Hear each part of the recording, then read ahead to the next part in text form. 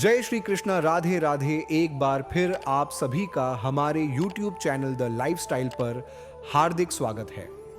आगे बढ़ने से पहले सच्चे मन से कमेंट बॉक्स में जय श्री कृष्णा जरूर लिखें। आइए श्री कृष्ण के उपदेशपूर्ण और ज्ञानपूर्ण वीडियो की शुरुआत करते हैं। रिश्तों में माफी मांगने से यह साबित नहीं होता कि हम गलत हैं और दूसरा सही। माफी का असली अर्थ है हम रिश्तों को निभाने की काबिलियत उनसे ज्यादा रखते हैं। ये अंदाज भी जिंदगी का आजमाना चाहिए। जब जंग हो अपनों से तो हार जाना चाहिए। कोई भी रिश्ता बनाना इतना आसान है जैसे मिट्टी पर मिट्टी लिखना, पर उसे निभाना उतना ही मुश्किल है जैसे पानी पर पानी से पानी लिखना। कोई टूटे तो उसे सजाना सीखो, कोई रूठे तो उसे मनाना सीखो। रिश्ते तो मिलते हैं भाग्य से, बस उन्हें खूबसूरती से निभाना सीखो। अपना और पराया क्या है? मुझे तो बस यही पता है, जो भावनाओं को समझे वो अपना और जो भावना से परे हो वो पराया। प्यार इंसान से करो, उसकी आदत से नहीं। रूठो उनकी बातों से मगर उनसे नहीं। भूलो उनकी गलतियां पर उन्हें नहीं, क्योंकि रिश्तों से बढ़कर कुछ भी नहीं। जो दूर रहकर भी पास हो वो अपना और जो पास रहकर भी दूर हो वो पराया। एक चाहत होती है अपनों के साथ जीने की, वरना पता तो हमें भी है कि मरना अकेले ही है। 1 मिनट लगता है रिश्तों का मजाक उड़ाने में और सारी उम्र बीत जाती है एक रिश्ते को बनाने में। मित्रता एवं रिश्तेदारी सम्मान की नहीं, भाव की भूखी होती है। बशर्ते लगाव दिल से होना चाहिए, दिमाग से नहीं।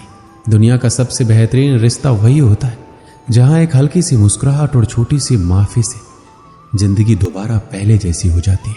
कुछ रिश्ते बस ऑनलाइन होते हैं जो नेट बंद होते ही टूट जाते हैं। सख्त हाथों से भी फिसल जाती है कभी नाजुक उंगलियां। रिश्ते जोर से नहीं, प्यार मोहब्बत से पकड़े जाते हैं। तेरा मेरा रिश्ता जज्बात से जुड़ा है, ये वो संगम है जो बिन मुलाकात से जुड़ा है। रिश्तों को शब्दों का मोहताज ना बनाइए। अगर अपना कोई खामोश है तो खुद ही आवाज लगाइए। मिलना बिछड़ना नसीब की बात है, ये वो बंधन है जो तेरी खुशी और मेरी चाहत के एहसास से जुड़ा है। रिश्ते कभी जिंदगी के साथ साथ नहीं चलते। रिश्ते एक बार बनते हैं, फिर जिंदगी रिश्तों के साथ साथ चलती है। जरूरी नहीं कि सारे सबक किताबों से ही सीखी जाए, कुछ सबक जिंदगी और रिश्ते सिखा देते हैं। रिश्ता दिल से होना चाहिए, शब्दों से नहीं। नाराजगी शब्दों में होनी चाहिए, मन में नहीं। हर रिश्ते में अमृत बरसेगा। शर्त इतनी है, शरारतें करो पर साजिशें नहीं। कुछ लोग पिघलकर मोम की तरह रिश्ते बनाते हैं और कुछ लोग आग बनकर उन्हें जलाते ही जाते हैं। रिश्ते तो वो बड़े नहीं होते जो जन्म से जुड़े होते हैं, रिश्ते वो बड़े होते हैं जो दिल से जुड़े होते हैं। वक्त, दोस्त और रिश्ते ये वो चीज है जो हमें मुफ्त मिलती है, मगर इनके बेशकीमती होने का एहसास तब होता है जब ये कहीं खो जाती है। किसी भी रिश्ते को तोड़ने से पहले एक बार अपने आप से जरूर पूछ लीजिएगा कि आज तक इस रिश्ते को क्यों निभा रहे थे। रिश्ते अगर मजबूर हो तो वो रिश्ता ज्यादा दिन तक नहीं टिकता, इसलिए रिश्ते को मजबूत बनाइए, मजबूर नहीं। जो रिश्ता हमको रिला दे उससे गहरा रिश्ता कोई नहीं। जो रिश्ता रोते हुए छोड़ दे उससे कमजोर रिश्ता कोई नहीं। अपने रिश्तों और पैसों की कद्र एक समान करें। दोनों को कमाना मुश्किल है लेकिन गंवाना बहुत आसान। बुरे वक्त में जो भी रिश्ता निभाए उससे बढ़कर कोई रिश्ता नहीं। रिश्तों का संबंध सिर्फ रक्त से नहीं होता, जो मुसीबत में हाथ थाम ले उससे बड़ा कोई रिश्ता नहीं होता। हर रिश्ते में विश्वास रहने दो, जुबान पर हर वक्त मिठास रहने दो। रिश्ता वो नहीं जिसे दुनिया को दिखाया जाए, सच्चा रिश्ता वो है जिसे दिल से निभाया जाए। कभी वो ना मिलने आए तो तुम चले जाया करो। ये रिश्ते हैं, कोई व्यापार नहीं। एक अच्छा रिश्ता तब होता है जब कोई आपके अतीत को स्वीकार करे, आपके वर्तमान का समर्थन करे और आपके भविष्य को प्रोत्साहित करे। चाहे मित्रता हो या संबंध, सभी बंधन विश्वास पर ही निर्मित होते। इसके बिना आपके पास कुछ भी नहीं। 3 चीजें जो मैं एक रिश्ते में चाहता हूं: आंखें जो ना रोए, होठ जो झूठ ना बोले और प्यार जो ना मरे। सभी रिश्तों का एक नियम है, जिस व्यक्ति से आप प्यार करते हैं उसे कभी भी अकेला महसूस ना करने दें, खासकर जब आप वहां हो। मिलना बिछड़ना तो सब किस्मत का खेल है, कभी नफरत तो कभी दिलों का मेल है। यूं तो हर रिश्ता बिक जाता है इस दुनिया में, सिर्फ दोस्ती ही यहां नहीं बिकती है। दोस्ती सिर्फ पास होने का नाम नहीं है। अगर तुम दूर रहकर भी हमें याद करो, इससे बड़ा हमारे लिए कोई इनाम नहीं। दोस्ती करो हमेशा मुस्कुरा के, किसी को धोखा ना दो, अपना बना के। कर लो याद जब तक हम जिंदा हैं, फिर ना कहना चले गए दिल में यादें बसा के। दोस्ती में ताकत है समर्थ को झुकाने की, बाकी सुदामा में कहाँ ताकत थी श्री कृष्ण से पैर धुलवाने की। सवाल पानी का नहीं प्यास का है, सवाल मौत का नहीं सांस का है। दोस्त तो बहुत है दुनिया में, मगर सवाल दोस्ती का नहीं विश्वास का है। एक चाहत है तेरे साथ जीने की, वरना पता तो हमें भी है कि मरना तो अकेले ही है। जिंदगी में बहुत सारे दोस्त बनाना कोई खास बात नहीं है, लेकिन एक ही दोस्त के साथ जिंदगी भर दोस्ती निभाना ये खास बात है। उसके कर्जदार और वफादार रहिए जो आपके लिए अपना वक्त देते हैं, वरना अंजाम की खबर तो कर्ण को भी थी, लेकिन बात दोस्ती निभाने की थी। भूला नहीं हूं किसी को कि मेरे भी बहुत अच्छे दोस्त हैं इस जमाने में, बस थोड़ी सी जिंदगी उलझ पड़ी है 2 वक्त की रोटी कमाने में। अपने दुश्मन को 1000 मौके दो कि वो आपका दोस्त बन जाए, लेकिन अपने दोस्त को एक भी ऐसा मौका ना दो कि वो आपका दुश्मन बन जाए। जब दोस्त तरक्की करे तो गर्व से कहना कि वो मेरा दोस्त है, और जब दोस्त परेशानी में हो तो गर्व से कहना कि मैं उसका दोस्त हूं। एक सच्चा दोस्त कभी आपके रास्ते में नहीं आता जब तक कि आप गलत रास्ते पे ना जा रहे हो। कौन कहता है कि दोस्ती बराबरी में होती? सच तो ये है, दोस्ती में सब बराबर होते हैं। अनुभव कहता है कि एक वफादार दोस्त 1000 रिश्तेदारों से बेहतर होता है। एक दोस्त के साथ अंधेरे में चलना अकेले रोशनी में चलने से कहीं बेहतर है। हमारा उठना बैठना उन दोस्तों के साथ है जिन्होंने ना कभी परखा ना कभी धोखा दिया। एक सच्चा दोस्त हमारे जीवन में कई रिश्तों की कमी को पूरा कर देता है। ऐसे में हमारा भी ये दायित्व है कि हम भी अपने दोस्त के साथ हमेशा कंधे से कंधे मिलाकर खड़े रहें। दोस्ती की गाड़ी में 2 पहिए होते हैं, और एक भी पहिया अगर रास्ते से भटकता है तो इस गाड़ी को टूटने में वक्त नहीं लगता। इसीलिए आप किसी भी हाल में अपनी दोस्ती के गाड़ी के दोनों पहियों को संभाल कर रखिए। अगर आपकी दोस्ती में कोई भी छोटी मोटी गलतफहमी भी आती है तो भी अपने दोस्त को रूठ कर जाने मत दीजिए। एक आदमी मंदिर में सेवक था। उसका काम मंदिर की साफ सफाई करना था। भक्तों और श्रद्धालुओं द्वारा दिए गए दान में से थोड़ा बहुत उसी मंदिर के पुजारी द्वारा दे दिया जाता। इसी से उसका गुजर बसर चल रहा था। वो अपनी जिंदगी से बहुत परेशान और दुखी था। मंदिर में काम करते करते वह दिन भर अपनी जिंदगी को लेकर शिकायतें करता रहता। एक दिन शिकायत करते हुए भगवान से बोला, भगवान जी, आपकी जिंदगी कितनी आसान है, आपको बस एक जगह आराम से खड़े रहना होता है। मेरी जिंदगी को देखो, कितनी कठिन जिंदगी जी रहा हूं मैं। दिन भर कड़ी मेहनत करता हूं, तब 2 रोटी नसीब हो पाती है। काश मेरी जिंदगी भी आपकी तरह होती। उसकी बात सुनकर भगवान बोले, तुम जैसा सोच रहे हो वैसा नहीं है। मेरी जगह रहना बिल्कुल आसान नहीं है। मुझे बहुत सारी चीजें देखनी पड़ती है, बहुत सी व्यवस्थाएं करनी पड़ती है। यह हर किसी के बस की बात नहीं है। मंदिर का सेवक बोला, भगवान जी, कैसी बात कर रहे हैं? आपका काम आसान ही तो है। आपकी तरह मैं भी दिन भर खड़े रह सकता हूं, इसमें कौन सी बड़ी बात है? भगवान बोले, तुम नहीं कर पाओगे। इस काम में बहुत धैर्य की आवश्यकता पड़ती है। मंदिर का सेवक जिद करने लगा, मैं जरूर कर पाऊंगा। आप मुझे एक दिन अपनी जिंदगी जीने दीजिए। आप जैसा बताएंगे मैं वैसा ही करूंगा। उसकी जिद के आगे भगवान मान गए और बोले, ठीक है, आज पूरा दिन तुम मेरी जिंदगी जियो, मैं तुम्हारी जिंदगी जीता हूं, लेकिन मेरी जिंदगी जीने के लिए तुम्हें कुछ शर्तें माननी होगी। सेवक बोला, मैं हर शर्त मानने को तैयार हूं भगवान जी। ध्यान से सुनो, मंदिर में दिन भर बहुत से लोग आएंगे, तुमसे बहुत कुछ कहेंगे। कुछ तुम्हें अच्छा बोलेंगे, कुछ बुरा। तुम्हें हर किसी की बात चुपचाप एक जगह मूर्ति की तरह खड़े रहकर धैर्य के साथ सुननी है और उन पर कोई प्रतिक्रिया नहीं देनी है। सेवक मान गया। भगवान और उसने अपनी जिंदगी एक दिन के लिए आपस में बदल ली। सेवक भगवान की जगह मूर्ति बनकर खड़ा हो गया।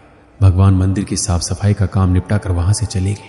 कुछ समय बीतने के बाद मंदिर में एक धनी व्यापारी आया। भगवान से प्रार्थना करते हुए बोला, भगवान जी, मैं एक नई फैक्ट्री डाल रहा हूँ, मुझे आशीर्वाद दीजिए कि ये फैक्ट्री अच्छी तरह से चले और मैं इससे अच्छा मुनाफा कमाऊं। प्रार्थना करने के बाद वह प्रणाम के लिए नीचे झुका तो उसका बटुआ गिर गया। जब वहां से जाने लगा तो भगवान की जगह खड़े मंदिर के सेवक का मन हुआ कि उसे बता दे उसका बटुआ गिर गया, लेकिन शर्त के अनुसार उसे चुप रहना था, इसलिए वह कुछ नहीं बोला, खामोश खड़ा रहा। इसके बाद एक गरीब आदमी वहां आया और भगवान से बोला, भगवान जी, बहुत गरीबी में जीवन काट रहा हूँ, परिवार का पेट पालना है, माँ की दवाई की व्यवस्था करनी है, समझ नहीं पा रहा हूँ इतना सब कुछ कैसे करूँ। आज देखो मेरे पास बस 1 रुपया है, इससे मैं क्या कर पाऊंगा? आप ही कुछ चमत्कार करो, मेरे लिए धन की व्यवस्था कर दो। प्रार्थना करने के बाद जैसे ही वह जाने को हुआ, उसे नीचे गिरा व्यापारी का बटुआ दिखाई दिया। उसने बटुआ उठा लिया और भगवान को धन्यवाद देते हुए बोला, भगवान जी, आप धन्य हैं, आपने मेरी प्रार्थना इतनी जल्दी सुन ली, इन पैसों से मेरा परिवार कुछ दिन भोजन कर सकता है, माँ की दवाई की भी व्यवस्था हो जाएगी। भगवान को धन्यवाद देकर वहां से जाने लगा। तब भगवान बने मंदिर के सेवक का मन हुआ कि उसे बता दे कि वह बटुआ तो व्यापारी का है, उसे मैंने नहीं दिया, वो जो कर रहा है वह चोरी है। लेकिन वह चुप रहने के लिए विवश था, इसलिए मन मारकर चुपचाप खड़ा रहा। मंदिर में आने वाला तीसरा व्यक्ति एक नाविक था। वह 15 दिन के लिए समुद्री यात्रा पर जा रहा था।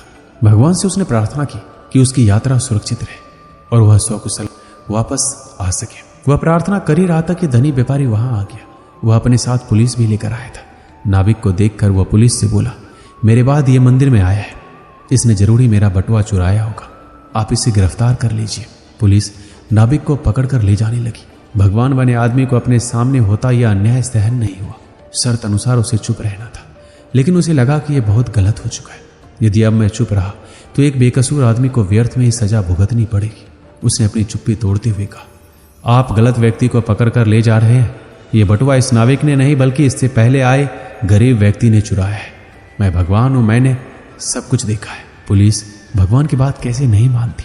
उनकी बात मानकर उन्होंने नाविक को छोड़ दिया और उस गरीब आदमी को पकड़ लिया जिसने बटुआ लिया था। शाम को जब भगवान वापस आए तो मंदिर के सेवक ने पूरे दिन का वृतांत सुनाते हुए गर्व के साथ बताया कि आज मैंने एक व्यक्ति के साथ अन्याय होने से रोका। देखिए आपकी जिंदगी जीकर मैंने कितना अच्छा काम किया है। उसकी बात सुनकर भगवान बोले, ये तुमने क्या किया? मैंने तुमसे कहा था चुपचाप मूर्ति बनकर खड़े रहना, लेकिन वैसा ना कर तुमने मेरी पूरी योजना पर पानी फेर दिया। उस धनी व्यापारी ने बुरे कर्म करके इतना धन कमाया है। यदि उसमें से कुछ पैसे गरीब आदमी को मिल जाते तो उसका भला हो जाता और व्यापारी के पाप भी कुछ कम हो जाते। जिस नाविक को तुमने समुद्री यात्रा पर भेज दिया है, अब वह जीवित वापस नहीं आ पाएगा। समुद्र में बहुत बड़ा तूफान आने वाला है। यदि वह कुछ दिन जेल में रहता तो कम से कम बच जाता। सेवक की यह बात सुनकर एहसास हुआ कि वो बस वही देख पा रहा था जो आंखों के सामने हो रहा था। उन सब के पीछे की वास्तविकता को वह देख नहीं पा रहा था। जबकि भगवान जीवन के हर पहलू पर विचार अपनी योजना बनाते हैं और लोगों के जीवन को चलाते हैं। इस कहानी से हमें क्या सीख मिलती है? हम सब भी भगवान की योजनाओं को समझ नहीं पाते। जब हमारे साथ कुछ गलत हो रहा होता है या हमारे हिसाब से कुछ नहीं हो रहा होता है तो अपना धैर्य खोकर हम भगवान को दोष देने लगते हैं। हम ये समझ नहीं पाते हैं कि इन सब के पीछे भगवान का कोई ना कोई योजना छुपी हुई है। ऐसे समय में हमें भगवान पर विश्वास रखकर धैर्य करने की आवश्यकता है। इसलिए चिंता ना करें। यदि आपकी मर्जी से कुछ नहीं हो रहा है तो इसका अर्थ है कि वह भगवान की मर्जी से हो रहा है, और भले ही देर से सही, भगवान की मर्जी से सब अच्छा ही होता है। यदि प्रेम का मतलब सिर्फ पा लेना होता तो हर हृदय में राधा कृष्ण का नाम नहीं होता। मैं ना तो तुम्हारी महंगी भेंट से प्रसन्न होता हूँ, ना दिखावटी दान दयालुता से। अगर मेरे मन को हरना है तो मुझे प्रेम से पुकारो, मैं हाजिर हो जाऊंगा। प्रेम वो नहीं जो इजहार किया जाए, प्रेम तो वो है जो महसूस किया जाए। प्रेम वो नहीं जो पाया जाए, प्रेम तो वो है जो जिया जाए। सच्चा प्रेम वो होता है जिसमें दूर रहने के बाद भी हर पल दिल में उसी इंसान का नाम हो। प्रेमी का सबसे बड़ा सहारा उसका प्रेम ही होता है। जिस प्रेम में प्रमाण देना पड़े वह प्रेम नहीं है। प्रेम को प्रमाण की नहीं, समझने की जरूरत होती है।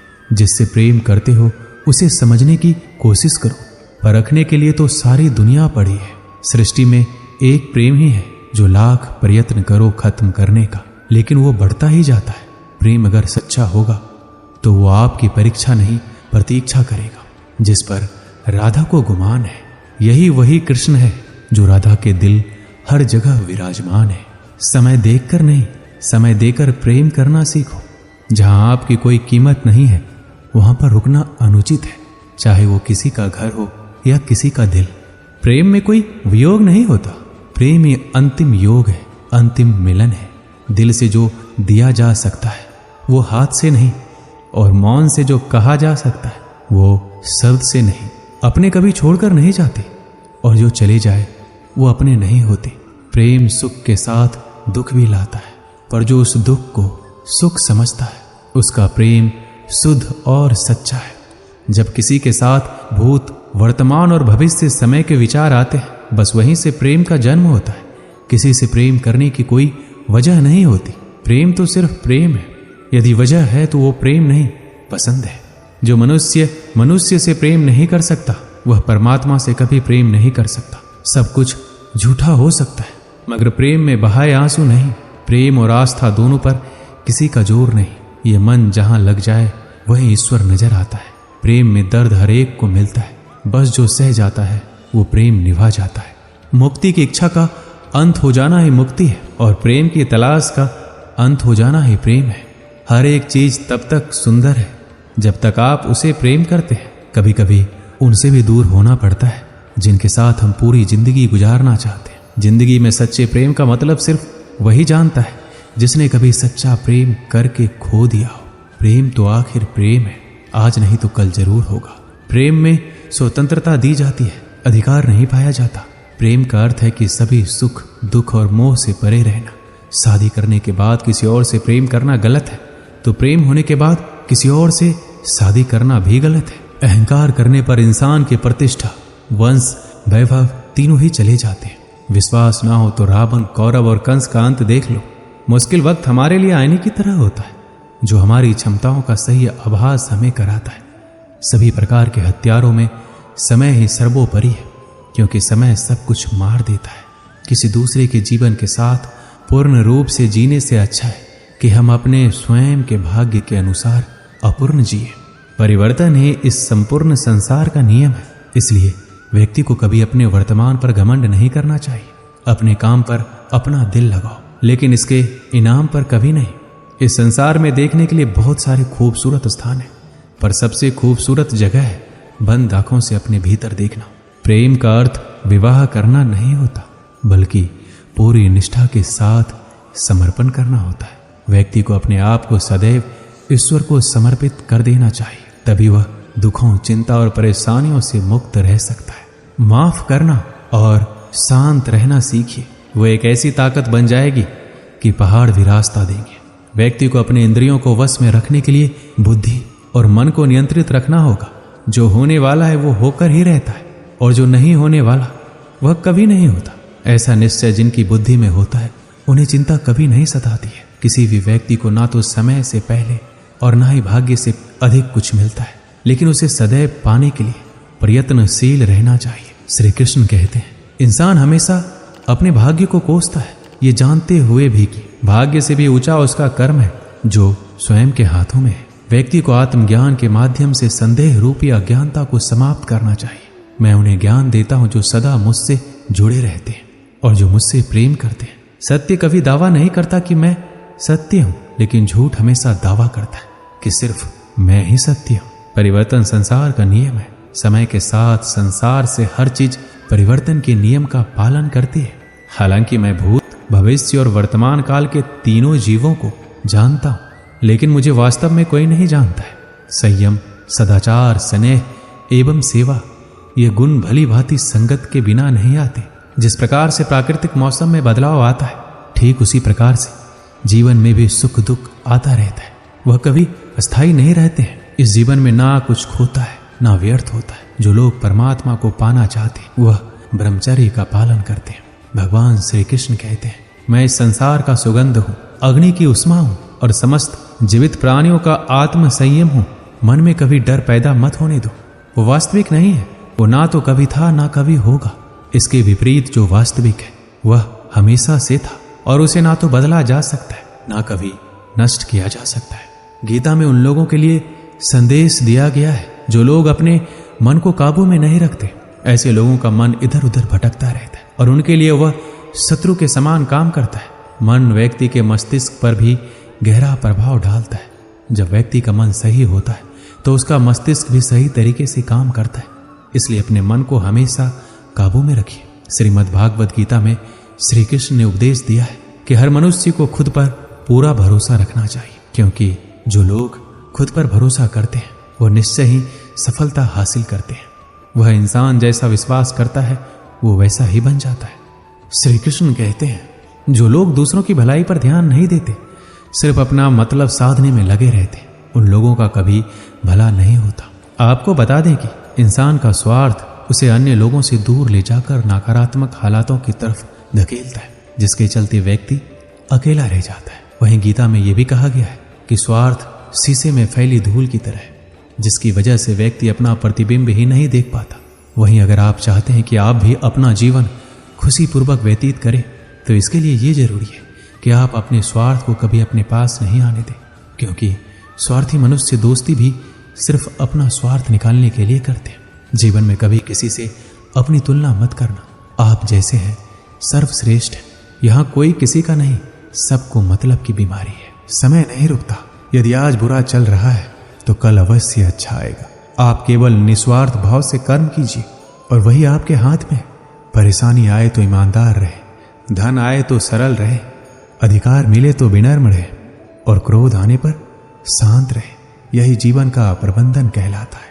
किसी दूसरे को कष्ट देकर हासिल किए गए सुख की उम्र बहुत छोटी होती है। जीवन में खुद की बुराइयां सुनना भी बेहद जरूरी है, क्योंकि रोज तारीफ ही सुनोगे तो कभी आगे नहीं बढ़ोगे। अच्छे कर्म करने के बावजूद भी लोग केवल आपकी बुराइयां ही याद रखेंगे। इसलिए लोग क्या कहते हैं इस पर ध्यान मत दो, अपने कार्य करते रहो। संसार जरूरत के नियम पर चलता है। सर्दियों में जिस सूरज का इंतजार होता है, उसी सूरज का गर्मियों में तिरस्कार भी होता है। अतः आपकी कीमत तब होगी जब आपकी जरूरत होगी। अभिमान को आने मत दो और स्वाभिमान को जाने मत दो। अभिमान तुम्हें उठने नहीं देगा और स्वाभिमान तुम्हें कभी गिरने नहीं देगा। कर्म में विश्वास रखो। आपको अपनी अपेक्षाओं से सदैव अधिक मिलेगा। मांगना नहीं, कमाना सीखो। फिर चाहे इज्जत हो या दौलत, सोच का ही तो फर्क होता है। वरना समस्याएं आपको कमजोर करने के लिए नहीं, बल्कि मजबूत बनाने के लिए आती है। जिस दिन आप अपनी हंसी के मालिक खुद बन जाओगे, तब आपको कोई भी रुला नहीं सकता। अगर कोई आपसे मांगे तो दे दिया करो, क्योंकि भगवान ने आपको देने वालों में रखा है, मांगने वालों में नहीं। समझदार इंसान का दिमाग चलता है और नासमझ इंसान की जुबान। गरीब रहोगे तो कोई ध्यान नहीं देगा। मेहनत करोगे सब हंसेंगे और कामयाब होंगे तो सब जलेंगे। ताकत अपनी शब्दों में डालो, आवाज में नहीं, क्योंकि फसल बारिश से उगती है, बाढ़ से नहीं। याद रखना, अच्छे वक्त को देखने के लिए बुरे वक्त को भी झेलना पड़ेगा। सेवा सबकी करो, लेकिन आशा किसी से मत रखो, क्योंकि सेवा का असली मूल्य भगवान ही देते हैं। खुद को काट कर भी रख दोगे तो ये दुनिया आपसे खुश नहीं होगी। इसलिए वो करो जो मन चाहे, वो नहीं जो दुनिया चाहे, क्योंकि दुनिया की पसंद को बदलते वक्त नहीं लगता। घमंड के अंदर सबसे बुरी बात यह होती है कि वो आपको कभी महसूस नहीं होने देगा कि आप गलत हैं। जिंदगी में दो चीजों का कभी घमंड मत करना, पैसा और सूरत। गरीबी आते देर नहीं लगती और चेहरा किसी हादसे में बदलते जरा भी वक्त नहीं लगता। जितना कम बोलोगे उतना ज्यादा प्रभावशाली आपके शब्द होती जाएंगे। रिश्तों को जोड़े रखने के लिए कभी अंधा, कभी गूंगा, कभी बहरा होना पड़ेगा। यदि कहने के लिए कुछ अच्छा नहीं है तो चुप रहना एक बेहतरीन विकल्प है। कोई आज तो कोई कल बदलता है।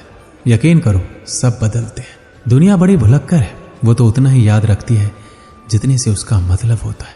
सहारा कोई कोई ही देता है, धक्का देने को हर शख्स तैयार बैठा है। अपनी कमियों को केवल हम दूर कर सकते हैं और कोई नहीं, बल्कि सब केवल इसका फायदा उठाना जानते हैं। जिंदगी जीना आसान नहीं होता, बिना संघर्ष कोई महान नहीं होता।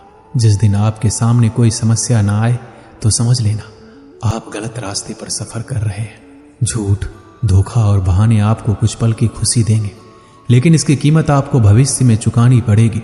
लोग कहते हैं पैसा रखो, बुरे वक्त में काम आएगा, लेकिन सच तो यह है कि सिर्फ श्री कृष्ण पर भरोसा रखो, वो बुरा वक्त आने ही नहीं देंगे। एक बार की बात है, सम्राट किसी बात पर अपने वजीर से नाराज हो गए। नाराजगी में उन्होंने वजीर के लिए फांसी की सजा का ऐलान कर दिया। फांसी का समय शाम के 6 बजे निश्चित किया गया।